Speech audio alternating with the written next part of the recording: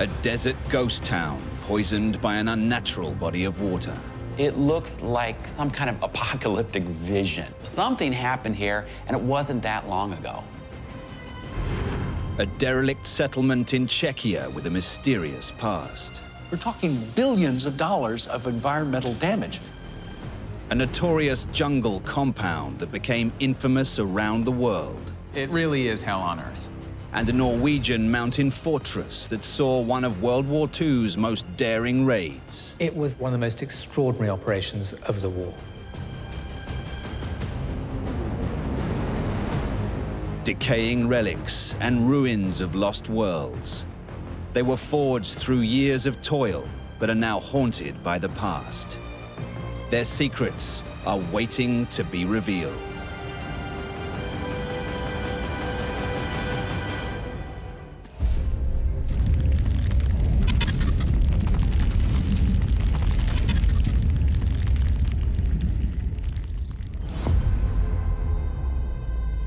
Perched high on a mountain 100 miles west of Oslo in Norway is a structure that could have helped change the course of history.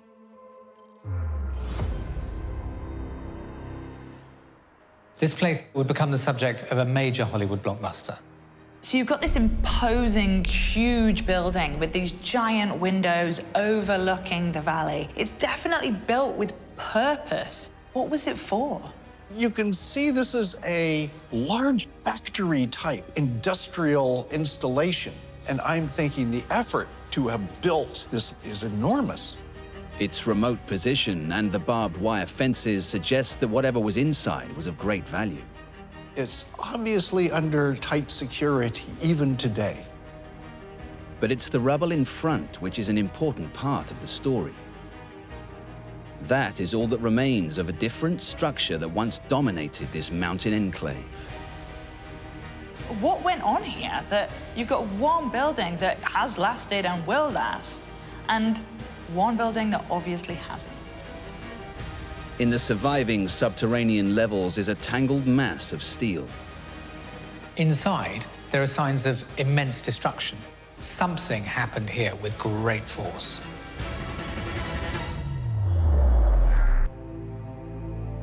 The story of this great industrial complex dates back to the beginning of the 20th century. Men from an elite fighting force would later risk their lives attempting to destroy it. The surrounding terrain offers some clues about the purpose of the building. There are clear connections between the landscape, and particularly the waterfall, and the building, because there are vast pipes coming off the mountain and into the building. This is the Vemork hydroelectric power plant, which was built by Norsk Hydro in 1911. Gunhild Laras is an expert on the history of the facility. This is the machine hall where the hydroelectric power was made. When it was finished, it was the biggest power plant in the world. Vemork was built to produce fertilizer to help grow the crops that were needed to feed the world's rapidly increasing population. One of the many challenges for scientists in the early 20th century was to find more fertilizer for food production. And for fertilizer, you need nitrogen. But the chemical process involved in the extraction of nitrogen required an enormous amount of energy. Well, one thing Norway has in abundance with mountains and rivers is hydropower. So the waterfall will hit the turbines with high speed, and then it will turn around and you produce electricity in the generators. Yet, in the basement of this now derelict place is a room full of specialized equipment that was built for a very different purpose. This place started out producing something very good for human beings, but it turned out to have deadly potential. So this whole manufacturing of the fertilizer, this fixating of the nitrogen, it ended up producing a byproduct. And this byproduct was heavy water. Heavy water is very complex. It's very difficult to produce, and it's very expensive to produce. Like ordinary water, heavy water contains two atoms, one hydrogen and one oxygen. But the hydrogen atom contains an extra neutron that increases its weight by 10%. And this type of hydrogen is known as deuterium, or a heavy form of hydrogen. On its own, it poses no danger. However, its unique atomic structure makes it a vital ingredient in the production of nuclear weapons. So, when Adolf Hitler plunged the world into war in 1939, it was no surprise that he wanted to get his hands on it. Hitler's scientists needed the heavy water plant to slow down and sustain a nuclear reaction, which was a key stage in the development of an atomic weapon. This site, it was the only place in the world where they produce heavy water at a commercial scale. So this was very important for the German nuclear program. In 1940, German troops invaded neutral Norway and captured the plant. Within months, production of heavy water there had increased tenfold. The Allies knew that to have any hope of winning the war, they had to prevent the Germans from making and using an atomic weapon. The key man for the Allies was the Norwegian scientist Leif Tronstad. Tronstad knew the site in minute detail because he had helped design it. He was able to explain to the British that simply dropping ordnance from the air onto the site would do nothing, as the heavy water plant was in the basement, and bombing it would simply destroy the buildings on top. Tronstadt's plan was dangerous and fraught with risk. It was for specialist troops to infiltrate the facility and destroy its vital equipment from the inside. But Vemork was a natural fortress, and it was very heavily guarded. This very mountainous terrain, you simply can't get up there by road. It's very easy to protect this plant in a conventional way because it is isolated up on the mountainside. In October 1942, 4 Norwegian nationals were parachuted in as an advance team. The plan was for them to link up with British paratroopers who arrived the following month as part of Operation Freshman. Their mission was to break in and destroy Vemork. The first attempt ended in complete disaster. On the 19th of November 1942, 2 gliders of British soldiers landed on the top of the mountain, but one crashed and the other was found by the Germans and the men shot. Despite this very costly setback, the Allies had little option but to try again. And so, in February 1943, they launched Operation Gunnerside. It was to be one of the most dramatic and important military missions of World War II.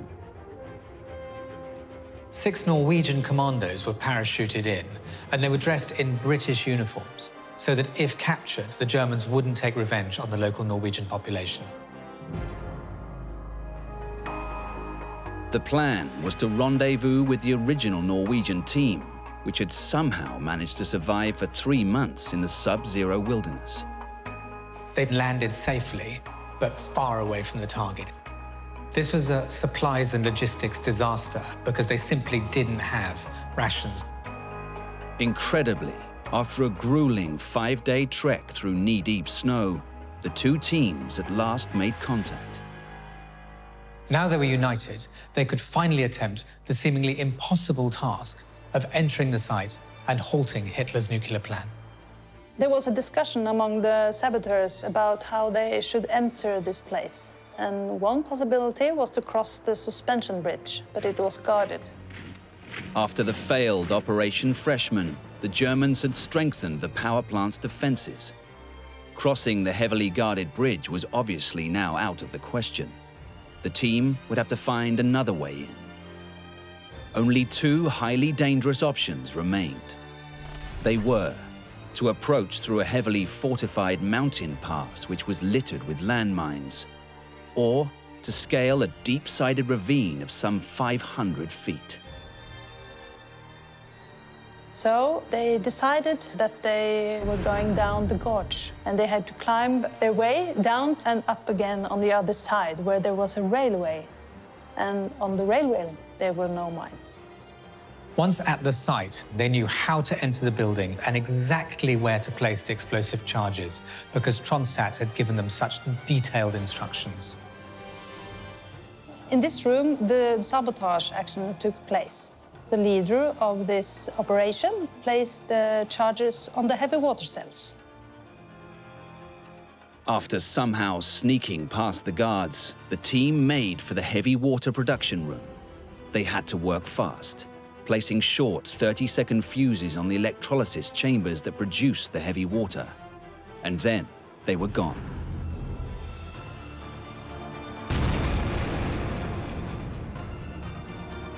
The operation was a total success. The explosions ripped through the plant, destroying at least 1,000 pounds of Hitler's heavy water. It was one of the most extraordinary operations of the war. Amid the chaos, in the aftermath of the explosions, the entire group managed to slip away. Incredibly, not a single life had been lost, and no shots had been fired by either side. The group somehow made its way back through the ravine before splitting into smaller groups and making good their escapes to neutral Sweden. Eventually, every single man found his way back to the Norwegian unit, which was stationed in Britain. Their story of daring is forever immortalized in the 1965 Kirk Douglas blockbuster, The Heroes of Telemark.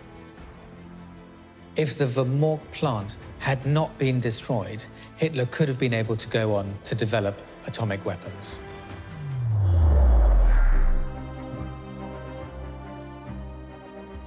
It's true that the Nazis were eventually able to resume the production of heavy water at Vermork, but by then it was all too late.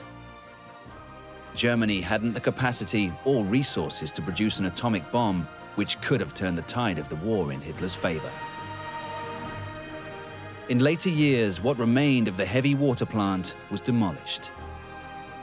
Today, the site is being turned into a museum, a lasting memorial to the daring and courageous men who did so much to help win the war against Nazi Germany. The saboteurs are heroes. They are maybe one of the biggest heroes of Norway.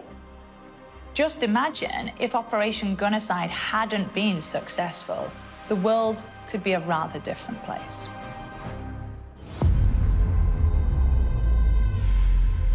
In the middle of the barren Californian desert, some 150 miles southeast of Los Angeles, is an unusual inland sea.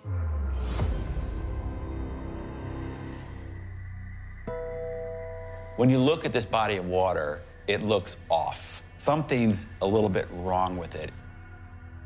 Dotted around the water's edge are crumbling remains from a long-forgotten past. It looks like some kind of apocalyptic vision. There's all these signs of human settlement, but everything is broken down and decrepit. Instead of being a vast living place, it's almost death-like. Derelict buildings and rusting relics are all reminders of the community that once thrived around these waters. You can see the remnants of a motorhome, broken down old motel. So something happened here, and it wasn't that long ago. So, what was it that happened here? Are there clues to be found in the surrounding land? As you look around, the land is alive. There's bubbling mud coming up from gases deep within the earth. Is this a natural phenomenon? What changed? And what is going on with this body of water? Only 40 years ago, this region was full of bustling towns built to accommodate hundreds of thousands of people. Today, only a small fraction of them are still here. John Karyotis arrived in the 1970s. It was very nice because there were markets and gas stations and restaurants, and it was a big community that lots of people were a part of. To see it depressed like this hurts. And the people that are here are probably going to be here until the day they die. In the 1960s, this was a booming holiday resort, which attracted more than 1 million visitors every single year. It was just a 2-hour drive from Los Angeles, and it soon became a favorite playground of Hollywood's rich and famous. So back in its heyday, the Rat Pack was here, Sammy Davis Jr., Frank Sinatra, Dean Martin, Streisand, a whole lot of other people. It's before Palm Springs was what it is now. Bathers crammed onto the sun-soaked beaches, and anglers filled their nets with the plentiful fish that were found in the waters. There were regattas, there were more boats out on that sea than you could shake a stick at. The fishing was wonderful. It's hard to imagine those luxury times. The fact that all of these communities are down on their luck, it's not just one or two suffering from lack of investment, point to a much, much bigger problem. The thing that connects all of these sites together, the problem is the water. These are the ghost towns of the Salton Sea, an accidental lake that transformed the fortunes of this dusty desert region for better and then for worse. But how did a giant lake appear from nowhere in the middle of one of the driest regions in the world? And why does it now resemble an apocalyptic wasteland? In the early 1900s, everybody wanted to use the Colorado River to irrigate farms in the surrounding desert. The Colorado begins high in the Rocky Mountains and winds some 1,500 miles to the Gulf of California. To irrigate the important agricultural area in the Golden State's Imperial Valley, engineers constructed a canal which diverted water away from the river. But trying to tame the mighty Colorado was no easy task. Engineers like to be in control, but when you're up against a force of nature, you can never actually tell what's going to happen. In 1905, after torrential rains, the swollen Colorado River broke its banks. The river changed course and began flowing west into what was then a dry desert valley. Every 24 hours, 6 billion cubic feet of water flooded into the valley, creating a lake that rose by 7 inches every day. It took 2 years for the engineers to figure out how to stop the flow of water, and by that time, it had largely filled this vast inland basin. The lake itself essentially then created all of the things around. Money started coming in with the tourism. People started wanting to tap into that. They started building motels and beachfront facilities, and people started to drive out from Los Angeles to check out this brand new inland sea. They called it the Salton Riviera. Spanning nearly 400 square miles, the Salton Sea became California's largest freshwater lake. As well as giving birth to a thriving tourism industry, the engineering disaster completely transformed once inhospitable land. The water in the desert meant that the land became fertile. It became a huge agricultural area. Farming is very important to the area. Imperial County is known as the breadbasket to California. If you want fruits and vegetables all the way through the Midwest, they very likely came from here in the Imperial County. At first, it was great. You had this barren, dry desert, all of a sudden filled with fresh mountain water, and it was this lovely kind of oasis in this otherwise pretty brutal desert. So what began as a catastrophe soon became known as the miracle in the desert. But the success of this man-made Californian lake was short-lived. And before long, the miracle had turned into something of a nightmare. Well, here we are in the center of town. This used to be the bank, the building that we're in here right now. In its heyday, you could expect that there were traffic jams out here in the street, people crossing in the middle of the street, and not really caring who they stopped and what they did, because they were here for a good time. Little did everybody know, but an ecological time bomb was ticking. Looking at the beach today, You don't have to be a specialist to know that it doesn't look right. It doesn't look natural. There's something alien about the landscape. Everything is covered with this fine layer of kind of a white, dusty powder. The once pristine beaches now look very different indeed.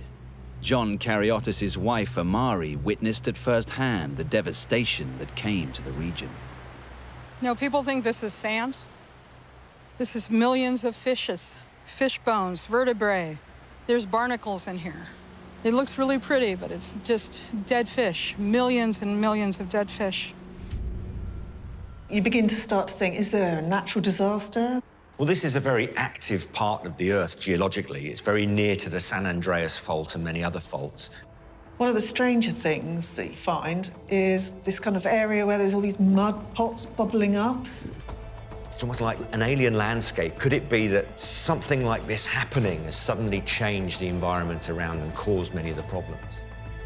Was this a natural disaster or something that was man-made? But the bubbling and boiling areas are the clues that tell us this is no ordinary body of water. I mean, at first impression, you might assume some sort of natural disaster has caused the problems here, but when you delve in, something more sinister is going on. It's not a natural disaster, it's a man-made problem. The only source of new water for the Salton Sea comes from the 500,000 acres of agricultural terrain that surround it. And there was the problem. The huge benefits that came as a result of industrial farming actually had a terrible cost. Because it's the lowest place in the landscape, there's no in and out like a normal lake might have. So what goes into the system stays in the system. It's constantly getting saltier and denser as the water evaporates. You see that in the Dead Sea in Israel. Here, the problem is compounded because what water is flowing in is flowing through these various irrigated farms. So it's highly polluted with pesticides and fertilizer. And what we're left with in the lake is this chemical soup. The fish can't breathe, and they die, and then they end up on the shore. We've had half a mile in of dead fish, and it was horrific. The smell was horrific. No one wanted to be on the beach. Eventually, the tourists and visitors stopped coming, and the once thriving towns were abandoned. And there was even worse to come. Over the past 15 years, the water level has dropped by almost 8 feet, exposing 20,000 acres of lake bed. In that region of the desert, there's almost no rainfall, so the Salton Sea started to dry up. And it's now exposing this fine dust with lots of salt, but also lots of these poisonous pesticides and so on concentrated in it. The winds pick up sand from the desert, and it will pick up the chemicals and transport them hundreds of miles across the rest of America. It's a huge risk to public health. Beaches that were once packed with sunbathers are now lifeless, toxic sludges.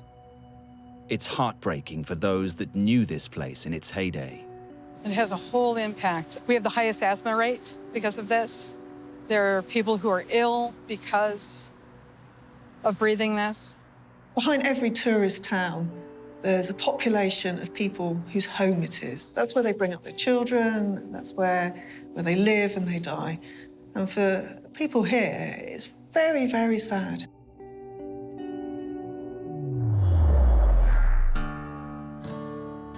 Today, the hotels and restaurants are abandoned, all just fading memories of a once golden age. You used to think that this was going to be a place that was going to come back to the way it was in the 60s and 70s, and I'm sadly mistaken. It's not going to happen.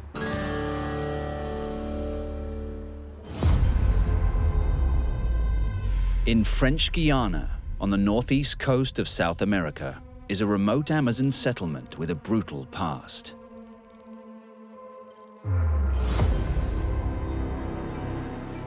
Some of the buildings here look relatively pleasant. Colonial buildings with the traditional wooden shutters. But as you move farther into the site, you encounter a different type of building. It's clear that people have been here before, and lots of them, and they've left their mark quite literally on the walls. The more you look around, it becomes apparent it's tinged with suffering and sadness. The walls feel like they're closing in. It's getting more and more unpleasant, and the dark history of this place is beginning to dawn on you. There's no doubt that this place was once some kind of prison. And for one famous inmate, the story of his life here and of his daring eventual escape became an international bestseller. But was it true? Was it really his story? Or was it embellished? Clearly, there's a lot here worth investigating.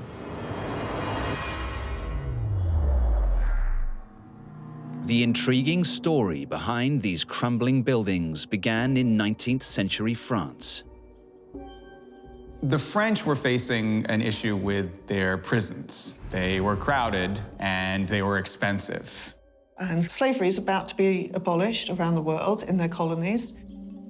To solve the twin problems of rising crime and a shortage of workers to maintain France's foreign territories, Napoleon III came up with a radical solution.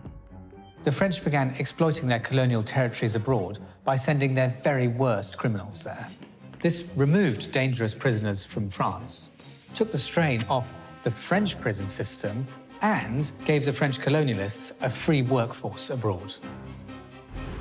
Built in 1850, this penal colony on the Moroni River was the first stop for convicts sentenced to prison with hard labor in French Guyana. It's no coincidence that this type of punishment was often used in some of the most inhospitable and remote territories in any given European's empire. By 1946, some 70,000 convicts had been shipped across the Atlantic to South America. Yet it would be another 2 decades before this place became infamous around the world. On the walls are names and signatures, and one of them, in particular, leads you to realize what an incredible story this place has to tell. So there's a very famous inmate here, Papillon. The man is a legend, the mysterious prisoner with the large butterfly tattooed on his chest. In 1969, his account of his life here was published, and it became an international bestseller. 4 years later, Steve McQueen and Dustin Hoffman brought the story to an even wider audience in the movie Papillon. This is the notorious Saint Laurent de Moroni prison, part of a grim complex of penal colonies in French Guyana. Local guide Ronnie explains more. The more tough and rough guys stay here. And you see here, Papillon cell. Henri Charrière, alias Papillon. He's just a cell. And on the floor here, you see right his name, Papillon. Henri Charrière was just 27 years old when he was sent here in 1931. His story began here, but as we'll see, it was to end at a place with a reputation even more fearsome. Henri Charrière was sentenced to life imprisonment with 10 years hard labor for a murder he claimed he never committed. As well as the usual brutalities of hard labor, there was also a very hot and difficult tropical climate with all the diseases that it brings: malaria, dysentery, fever, typhus, even leprosy. An astonishing 40% of new arrivals died within the first year. There were almost daily acts of violence between the prisoners. Here, only the strongest and the fittest survived. If you're weak, they're gonna punish you. Maybe you don't eat, they take your food, they beat you, take your money, take everything of you. The prisoners were regularly beaten by the prison guards. If any inmate dared to retaliate, the punishment was severe. They were put to death by guillotine. The executions were carried out here, in the open space between the 2 rows of barracks. They don't see by the hair when the knife go down, shock. They say, "One has died," and then they begin to sing. The whole place here sing a song for them friend. It's no coincidence that these prisons had large graveyards attached to them. For most people sent there, it was going to be a one-way trip. Part of the uproar about the prisons in French Guyana was that these places were never about rehabilitation. It was about using vulnerable people in society as slave labour. It's hardly surprising that there were many attempts to escape. They were rarely successful. The architecture of the prison is like prisons worldwide. But in this place, the environment was also a prison. In the jungle, you've got spiders, poisonous snakes, venomous centipedes, flesh-eating ants. You think, oh, well, I'll escape the heat in the river. You don't want to do that either because it's full of piranhas and caiman. Despite the overwhelming odds, Papillon refused to give up hope of escape. He made several attempts. They all failed. And for those escapes, he was finally sent to Devil's Island, which was considered the most inescapable of all of the colonies. Devil's Island was the most feared place in the French Guiana prison system.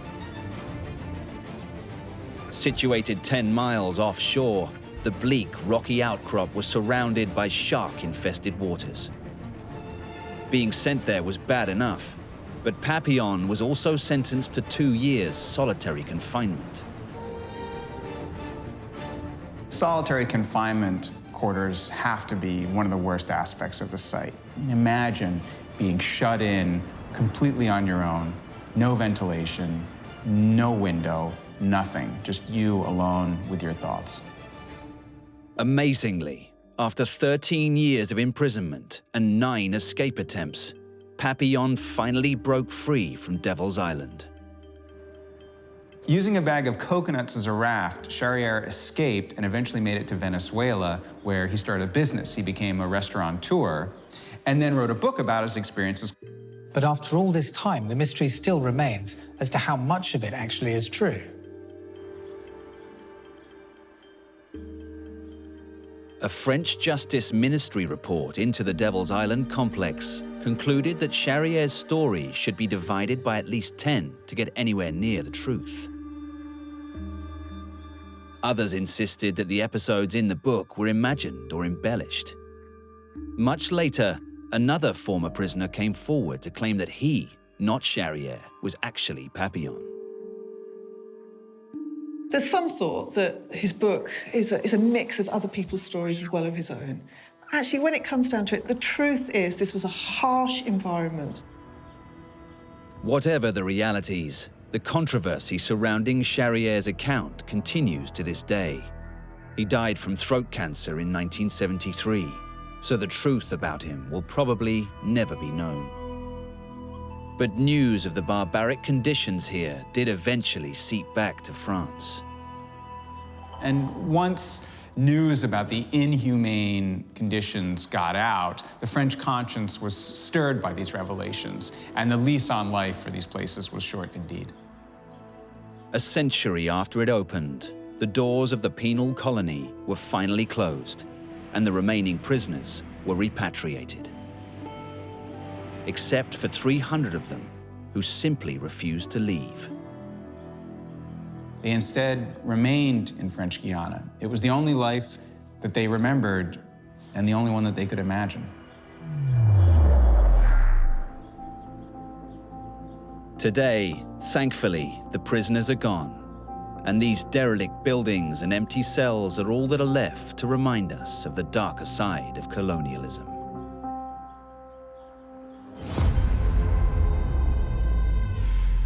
"50 miles northeast of Prague, the capital of Czechia, a vast wilderness extends as far as the eye can see. It's a spectacular area. It's rural, quiet. It feels like the ideal place for a day's hiking. When you start to investigate further, you've also got settlements that hint that there's been populations that have lived in this area for rather a long time. A short distance away, there are structures that appear to date from more recent times. You can see that this area has been developed over a fairly long time. And there are different buildings from different eras here. There's something of a mix. Any trace of the people who once walked these ghostly stairwells has long since vanished. But strangest of all is a building with a very creepy air.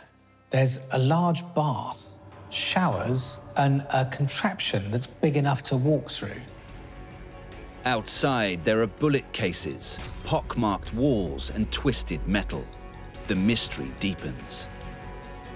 It makes you wonder what is wrong with this place. People keep on coming, but then going. What is happening?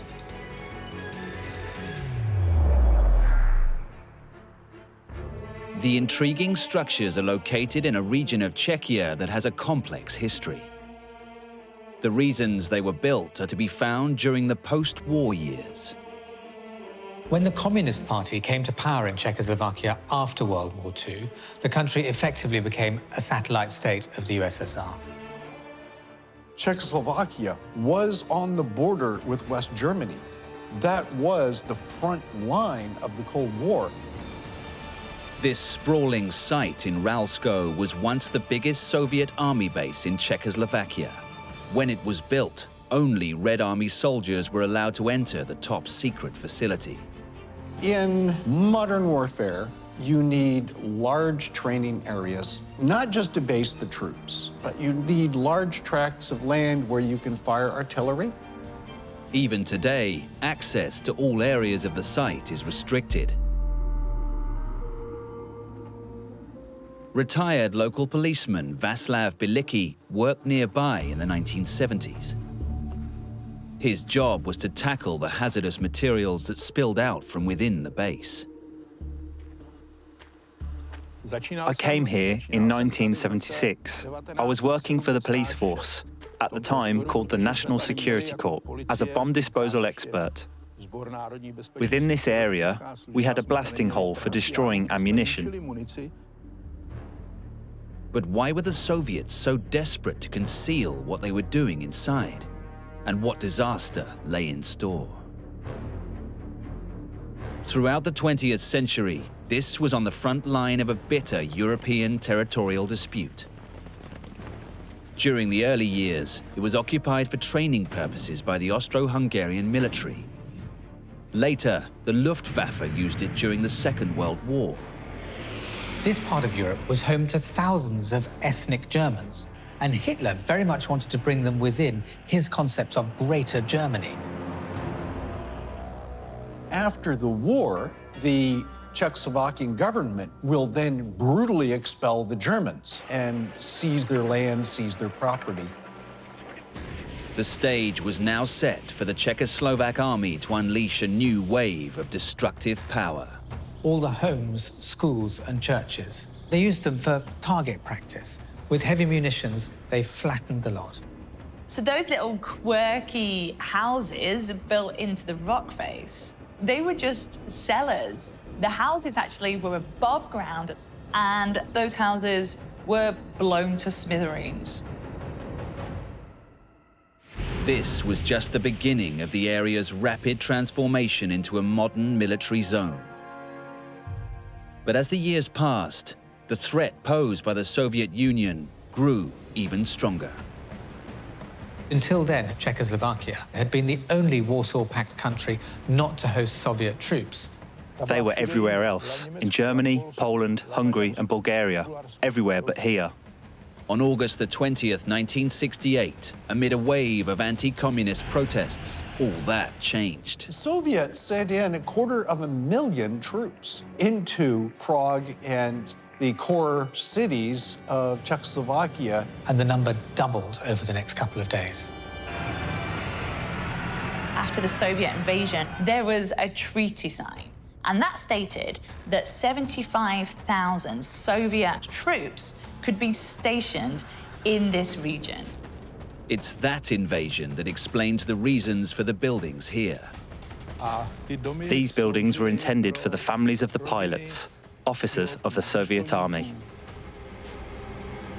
At a time when both East and West were threatening each other with annihilation, the location of this place would have made it strategically vital in the event of all-out war.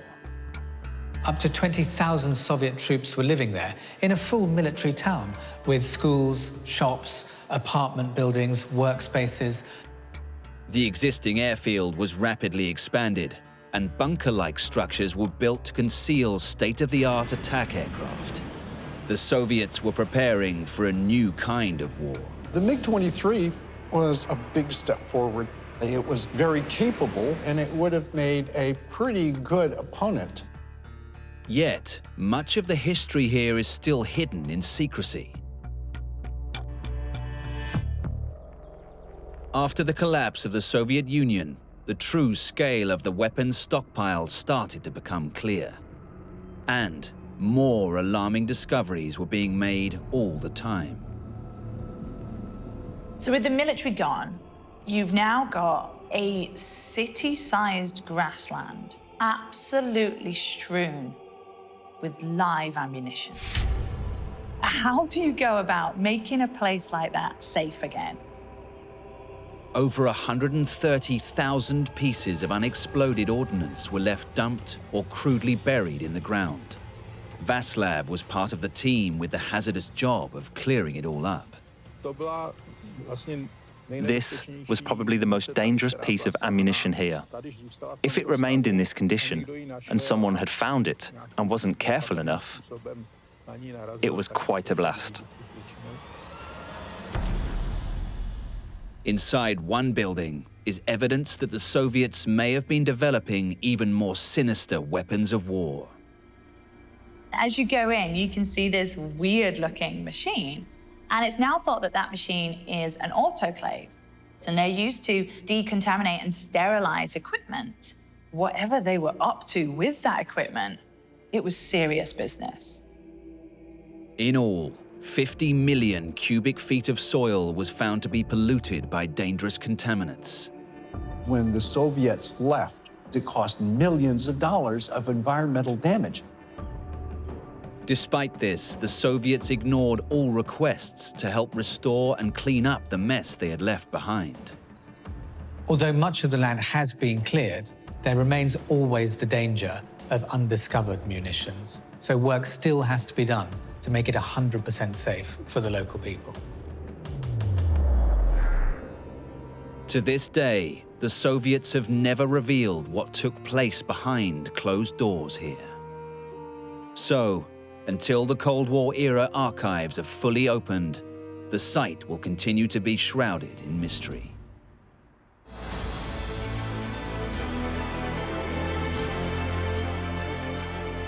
Now they are abandoned, crumbling ruins.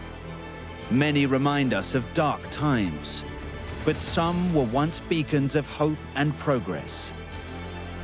Lasting testimonies to human imagination, enterprise, and spirit.